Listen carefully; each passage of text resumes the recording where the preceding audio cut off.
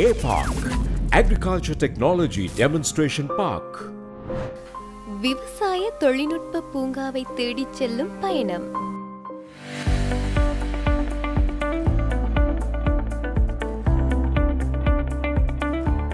மாம்பழ வணிக செய்கையில தரத்திலையும் அளவிலையும் உயர்ந்த விளைச்சலை பெற்றுக்கொள்றது தான் நம்மட நோக்கம். ஆனாலும் எடுக்கிற இந்த விளைச்சலை நாம முன்மாதிரியான பழமா நாம சந்தைக்கு அனுப்பினோம்னா அதனால நமக்கு கேள்வியும் அதிகம், அதில் உள்ள விலையும் அதிகமா இருக்கும். ஒரு முன்மாதிரியான பழத்தை நாம பெற்றுக்கொள்றதுக்காக பின்பற்ற வேண்டிய காரணிகள் நிறையவே இருக்கு. பிரதானமானது தான் பழத்துக்கு உரையிடுறது. இந்த உரையிடுறதுல உள்ள முக்கியத்துவம் என்ன இருக்கு, இதுகளை பத்தி தெரிஞ்சுக்கத்தான் இப்ப நாம தயாராகிறோம். நமக்கு சொல்லுங்க, என்ன இந்த உரையிடுறதுன்னு சொல்றது? உரையிடுறது மூலமா, அதுவும் மாம்பழத்துல நாம பிரதானமா பார்க்கறது 2 காரணங்கள் தான். முதலாவது தான் செய்கையில உள்ள மாம்பழங்களை நோய்கள் பீடைகள்ல இருந்து பாதுகாக்கிறது. பல அப்புறம் பூச்சிகளோட தாக்கத்தை தடுக்கிறது. அடுத்த காரணம் தான் நமக்கு டிஜேசி மாச்செய்கையில சரியான நிறம். நாம சாதாரணமா மாங்காய் ஒன்றை பார்ப்போம் பச்சை கலர்ல, ஆனா டிஜேசி மாங்காயை நாம சந்தையில எல்லாம் பார்ப்போம் மஞ்சள் கலர்ல. சரியான நிறத்தை எடுக்கிறதுக்காக நாம இந்த நிறப்பைய பாவிக்கிறோம்.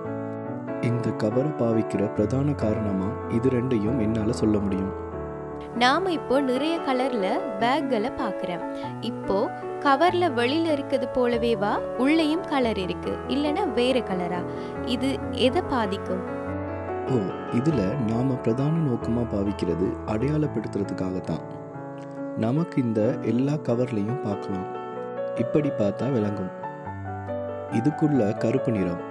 நாம பாவிக்கிற 12 நிறத்திலையுமே உள்ளுக்குள்ள கருப்பு நிறம் தான் காணப்படுது. அதே போல கருப்பு நிற லேயர் 2 இருக்கு. அதாவது இதுக்குள்ள வர சூரிய ஒளியை கட்டுப்படுத்துறது தான் இது மூலமா நடைபெறுது. நிறத்தை பெறலாம், அதாவது பச்சை நிறத்தை குறைச்சி மஞ்சள் நிறத்தை எடுக்கிறது தான் இது மூலமா நாம செய்யறோம். வெளியில உள்ள நிறம் இதை பாதிக்காது.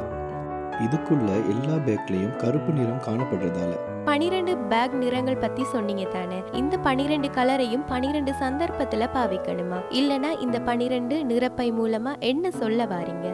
நாம காய்ட அளவு முட்டையை விட சின்னதா இருக்க அளவுல தான் பேக் போடுற செயலை மேற்கொள்றோம். அப்போ விவசாயிகளுக்கு அடையாளப்படுத்த அப்புறம் நாம ஒரு தரப்படுத்தல் தொகுதி ஒன்றையும் பராமரிக்கிறோம்.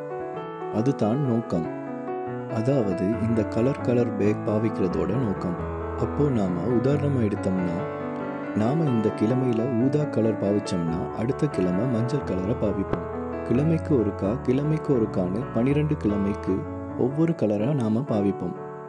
அப்போ நம்முடைய விவசாயிகளுக்கு முடியும் அடையாளம் காண, அதாவது இந்த கிழமை நம்ம என்ன கலர் போட்டோம்னு ஏதாவது குறிச்சு வச்சு விவசாயிகளுக்கு தனியா செய்யவும் முடியும். இதை பத்தி செயல்படுத்துற அலுவலகர் ஒருத்தர் இருக்காங்க. அவங்க கிட்ட இருக்கும் ஒவ்வொரு விவசாயியும் ஒவ்வொரு கிழமையில எந்த அளவு பேக் போட்டாங்கன்ற தகவல்கள் விவசாயிக்கு மறந்துருச்சு, இல்லைனா முடியாம போச்சுன்னா நம்மளோட பியூசில இல்லைனா சியம்பலாண்டுவ எக்ரோ ப்ராடக்ட் கம்பெனில தருவாங்க அவங்களோட சரியான தகவல்களை. உண்மையிலேயே ஏற்றுமதியை நோக்காக கொண்டு தான் இந்த வணிக செய்கை மேற்கொள்ளப்படுது. ஏற்றுமதியை நோக்காக கொண்ட செய்கையினாலும் உள்நாட்டு சந்தையை நோக்காக கொண்ட செய்கையினாலும் சரியான முறையில் சரியான நேரத்தில் விளைச்சலை பெற்றுக்கொள்றது மூலமா நல்ல சந்தைக்கு நம்மளால போக முடியும். ஆனாலும் நமக்கு முன்னவே தெரியுமா இருந்தா இந்த கிழமையில இந்த அளவு விளைச்சலை பெற முடியும்னு. அது ரொம்ப முக்கியத்துவம் வாய்ந்தது, விளைச்சலையும் விலையையும் முகாமைத்துவம் செய்யறதுக்கு. கணக்கிடும் போது விற்பனைக்காக சரியான ஒரு கணக்கீடு வேணும். அதுக்காக நமக்கு இந்த சரியான செயற்பாடுகள் ரொம்ப முக்கியமா காணப்படுது. நாம உதாரணமா எடுத்தோம்னா நாம பார்ப்போம் இப்போ பச்சை கலர் 12 கிழமைக்கும் தொடர்ச்சியா பச்சை கலர் பேக். பச்சை கலர் பூரணமா விவசாயிகள் எத்தனை பேர் இருக்காங்க அப்போ நமக்கு சொல்லலாம். அதாவது இப்போ உதாரணமா எடுத்தோம்னா இலங்கையில உள்ள ஒரு ஃபுட் சிட்டில இருந்து கேட்குறாங்க, இந்த வயசுல உள்ள மாம்பழங்கள் இந்த அளவுல நமக்கு இந்த காலத்துக்கு வேணும்னு. அப்போ நமக்கு அந்த காய்களை பறிச்சிட்டு வர சொல்ல முடியும். நமக்கு யாரா இருந்தாலும் சொல்ல முடியும் பச்சை நிறத்துல உள்ள எல்லாத்தையும் பறிங்கன்னு.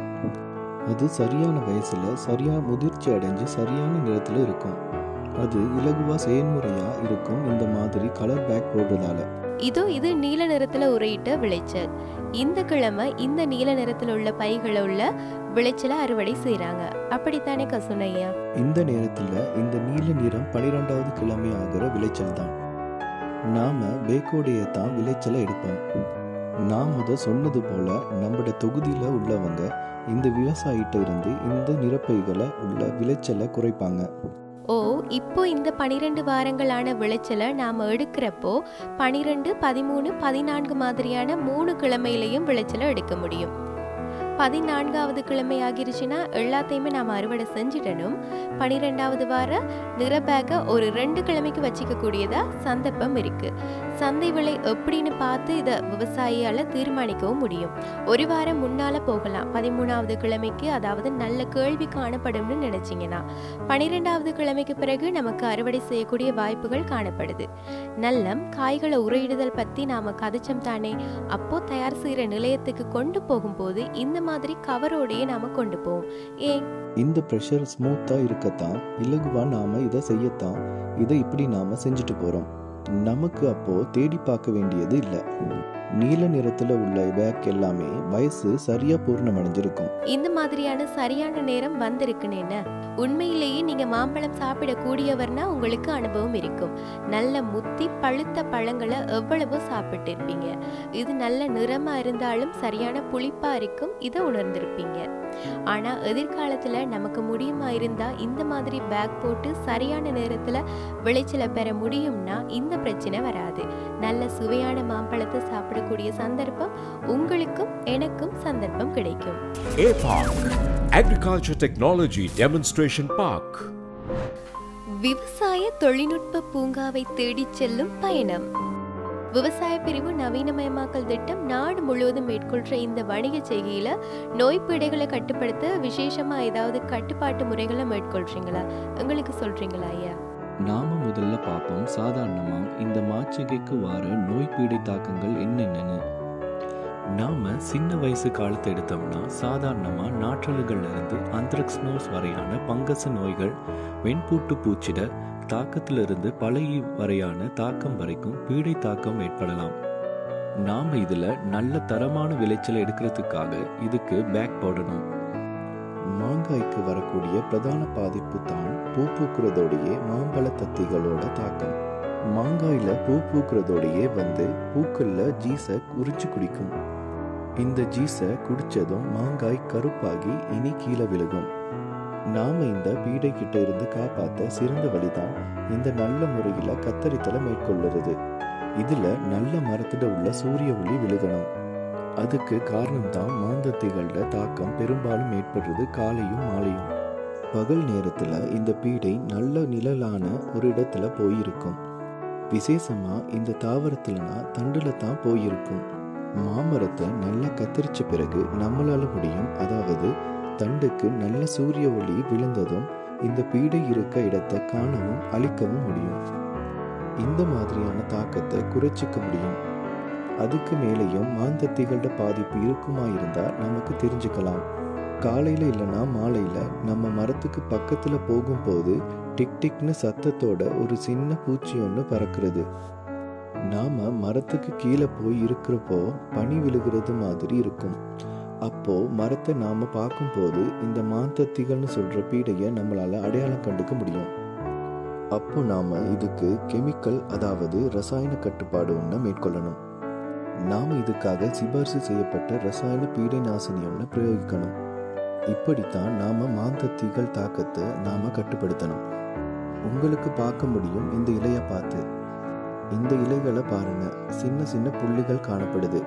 இந்த புள்ளிகளுக்கு காரணம் தான் இந்த மாந்தத்திகளோட தாக்கத்தால அதுல உள்ள துணிக்கைகள் இந்த இலைகள் மேல விழுகும்.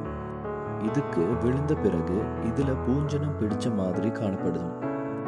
இதனாலையும் நமக்கு நம்மட தரமான விளைச்சல் பாதிக்கப்படும். உங்களுக்கு பார்க்கறதுக்காக நான் இந்த கவரை ரிமூவ் பண்றேன். இந்த மாதிரியான தரமான விளைச்சல் எடுக்கிறதுக்கு உரையிடுறது ரொம்ப முக்கியம். இந்த பல ஈட தாக்கம் சின்ன அவத்தையிலேயே, அதாவது காய் சின்னதா காணப்படுறப்பவே, அதாவது சின்னதுல இருந்து இந்த காய் முதிர்ச்சி அடைகிற வரைக்கும் பல ஈட தாக்கம் இந்த காய்க்கு வர முடியும். நாம அதுக்காக சரியான வயசுல சரியான முறையில் இந்த காய்க்கு உரையை நாம போடணும். இது மூலமா இன்னொரு தாக்கத்தையும் தடுக்கலாம். உங்களுக்கு தெரியுமா இருக்கும், மாங்காய்க்கு தாக்கத்தை ஏற்படுத்தும் மாவிதை துளைப்பான். மாவிதை துளைப்பாண்ட தாக்கத்தையும் கட்டுப்படுத்தலாம் உரையிடுதல் மூலமா. பெரும்பாலும் பல ஈட தாக்கம் ஏற்பட்ட பிறகு வேறு நோய்கள், பங்கசு நோய்கள் எல்லாம் ஏற்பட்டு புழு வந்து இது கீழே விழுந்துடும்.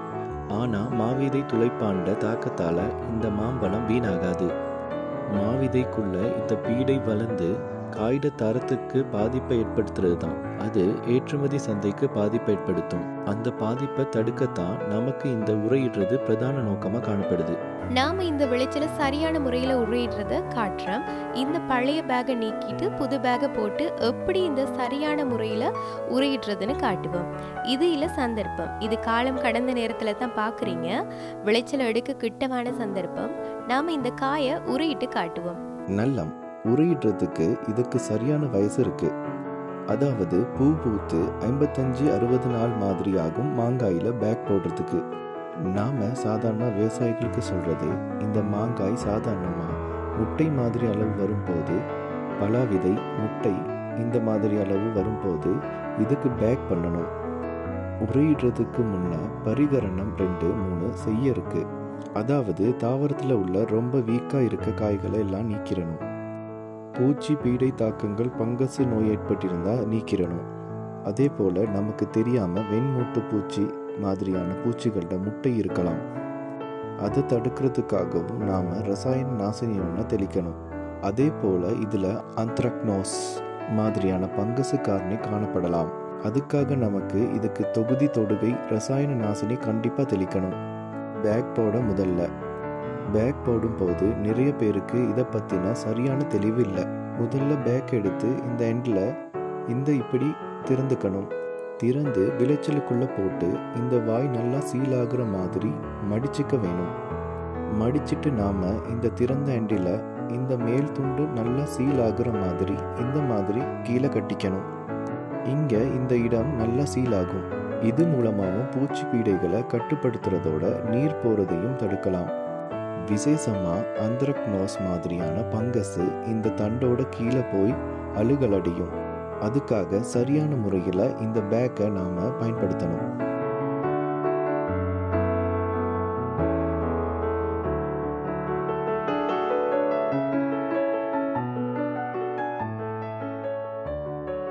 இதுக்கு மேலதிகமா நமக்கு கதைக்கு பீடைகள்ட்ட தாக்கம் இருக்கா? மழை அப்புறம் இருக்க காலநிலைக்கு ஏற்ப இந்த வெண்பூட்டு பூச்சிட தாக்கம் அதிகரிக்க முடியும். இதுல நாம முதல்ல செய்யணும், அதாவது ரசாயன கட்டுப்பாட்டுக்கு போறதுக்கு முதல்ல வேற கட்டுப்பாடுகளுக்கு போவோம். சின்ன காய்னா அதை நீக்கிட்டு எரிச்சு விட்டுறலாம். அது இல்லாம நமக்கு கட்டுப்படுத்த முடியலனா சிபாரிசு செய்யப்பட்ட தொகுதி ரசாயனத்தை பாவிச்சு இதுகளை கட்டுப்படுத்தியே ஆகணும். எறும்புக்கும் வெண்மூட்டு பூச்சிக்கும் ஒரு தொடர்பு இருக்கு.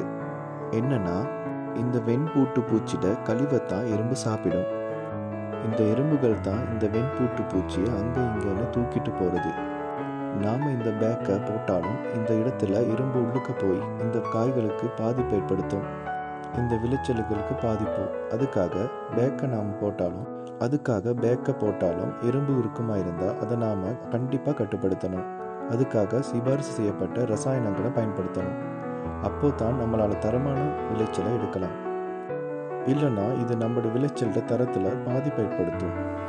உண்மையிலேயே தரமான விளைச்சலை பெற்றுக்கொள்றதுக்கு நோய்பீடைகளை சரியான முறையில் கட்டுப்படுத்துறது மிகவும் முக்கியம். நாம் இதுக்காக சிபாரிசு செய்கிறது, அதுக்காக தொழில்நுட்பம் பற்றி அறிந்து அதிகாரியோட தொடர்பு கொண்டு இதனை சரியான முறையில் மேற்கொள்ள. இதே போல மாச்செய்கை தொடர்பான தொழில்நுட்பங்களை அடுத்த வாரமும் வழங்க காத்திருக்கிறோம். மீண்டும் அடுத்த வாரம் சந்திப்போம். அதுவரை சந்தோஷம் நிறைந்த வாரமாக அமைய பிரார்த்திக்கின்றோம்.